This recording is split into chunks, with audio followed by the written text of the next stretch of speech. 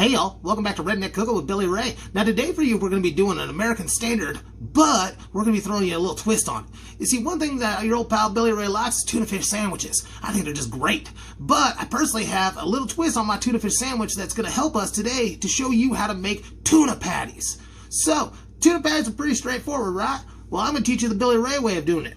To start with, you want to get some kind of something to mix in, and you want 2 cans of tuna fish. Just going to throw that in there. From there, we want to put in about a half cup, oh, there it is, of just diced up onion. Doesn't matter what color you use. Today we're using white here. You need 1 pickle that you're going to have all cut up. I'm going to throw that in there. You need about a half shot of you need about a half shot of what's in here sauce. Going to throw that in. Now, you need some kind of binder, right? And since we're making tuna patties out of the idea of a tuna fish sandwich, we're going to be using some bread today. So we're going to just take our bread. We're just going to kind of crumble it up. I got 2 pieces here. We're just going to kind of messily just get it up there. Doesn't matter if it's fine or if it's coarse.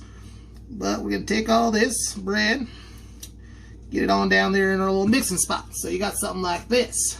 Now, the last part of making a tuna patty is you need to do some egg, and you need to use that to bind it together. But here's where the twist comes in. So we're going to take 1 egg and throw that in there. And, you know, I said I had a little twist on my tuna fish sandwich. Well, one of the things I like to do to tuna fish sandwiches at home, and we're going to do today, is I like to add grape jelly. Yeah, you're thinking I'm crazy? Maybe I am, but it's tasty. So we're going to take 2 spoonfuls of grape jelly. We're just going to put it down there inside the egg mixture. Now, you're going to want to grab yourself a fork, and you're just going to want to mix this all up together.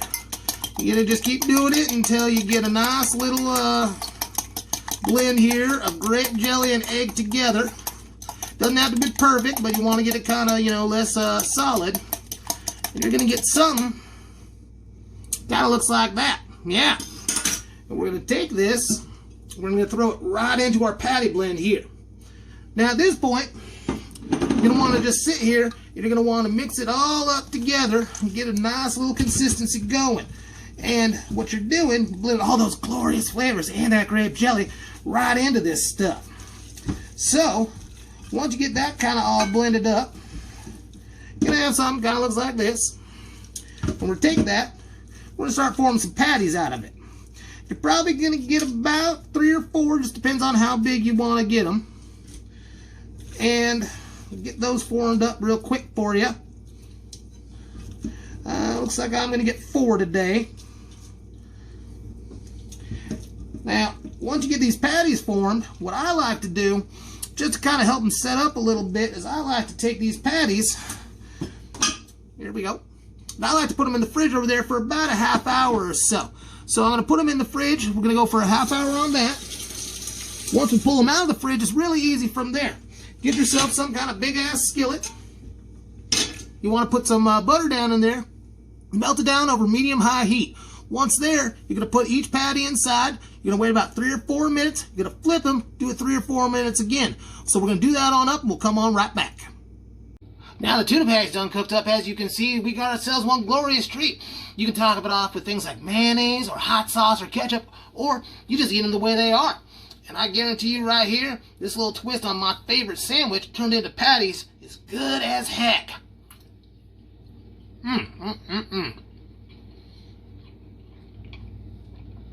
really tastes the grape in it. That's Billy Ray signing off. Remember, you don't gotta be fancy to be gourmet.